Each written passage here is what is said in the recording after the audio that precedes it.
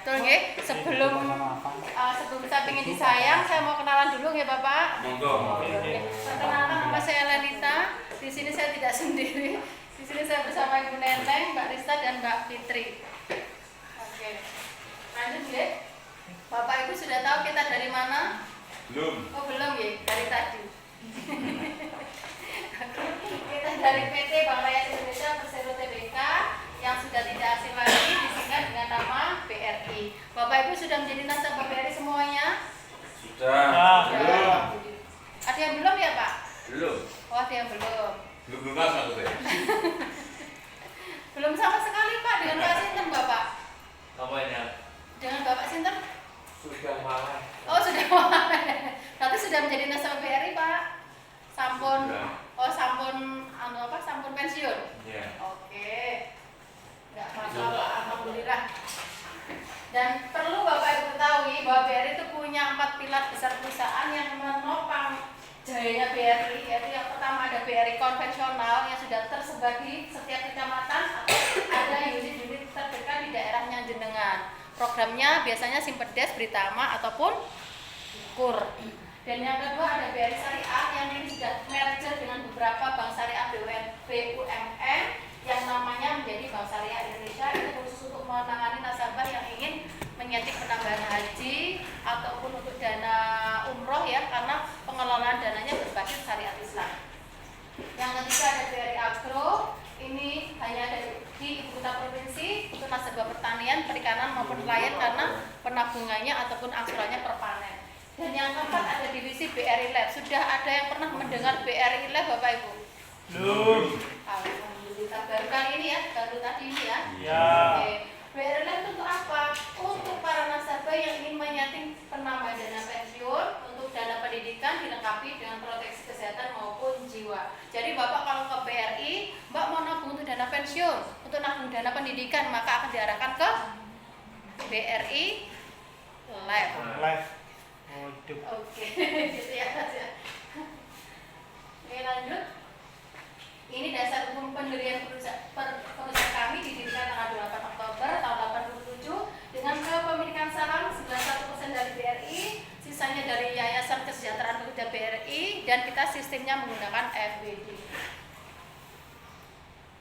Oke, untuk Sekretaris Dinas Kediri, kantor pelayanannya ada di Jalan Urip Sumoharjo nomor 258 Kota Kediri. Monggo Pak. Ini saya ingin sharing tentang prioritas kebutuhan keuangan. Di mana ini yang membuat atau yang mensurvei itu pakar ekonomi dunia Bapak Ibu.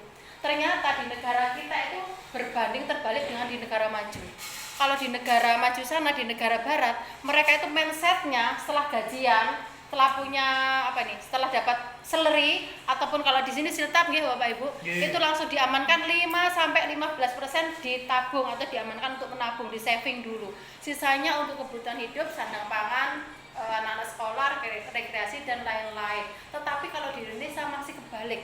Pertama kali jenengan setelah terima siltap ataupun salary Dihabiskan. Oh, dihabiskan ya? Iya. Langsung Pak. Bayar utang. Pertama yang saya utang Semangat ya Pak ya. Habis akhirnya.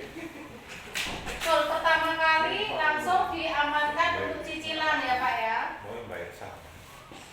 Setelah itu untuk sandang pangan, anak sekolah, rekreasi dan lain-lain, terakhir baru nabung. Itu kalau sisa. Kalau nggak sisa, kalau nggak sisa jangan sampai utang lagi, nggih. Dan nabungnya pun masih salah Bapak Ibu. Karena apa? Nabungnya masih kebanyakan di bank konvensional, di rekeningnya jenengan masing-masing.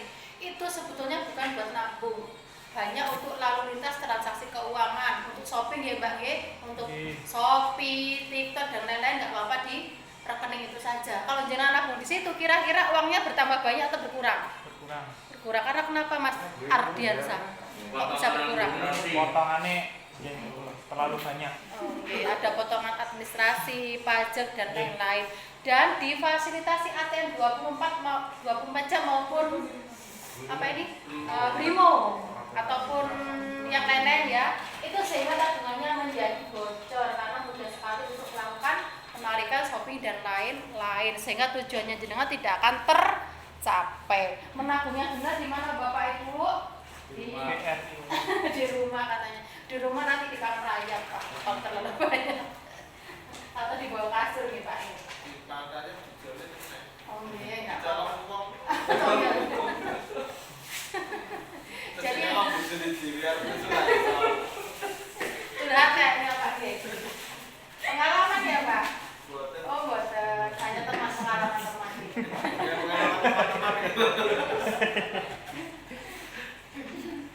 Oke, saya lanjut ya. Menabung yang benar adalah di BRI. Karena apa? Harus disiplin.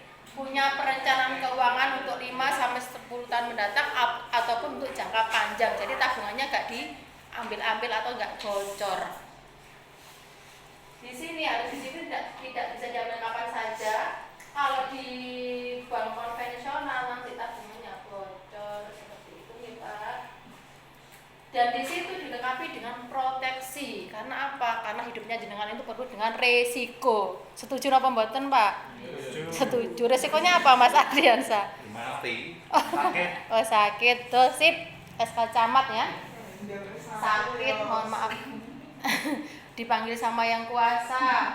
Banyak sekali risiko kehidupan yang mau tidak mau, siap dan tidak siap ataupun tidak siap kita harus menghadapinya. Seperti 2 tahun yang lalu kalau nggak salah terjadi pandemi, itu termasuk risiko kehidupan yang kita tidak bisa menghindari. Seperti itu. Dan tidak ada orang yang bebas terhadap risiko tidak bisa dipilih dan kita tidak pernah tahu kapan risiko itu terjadi.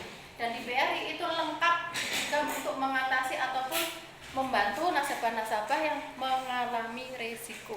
Programnya seperti apa akan dijelaskan oleh Bu Neneng.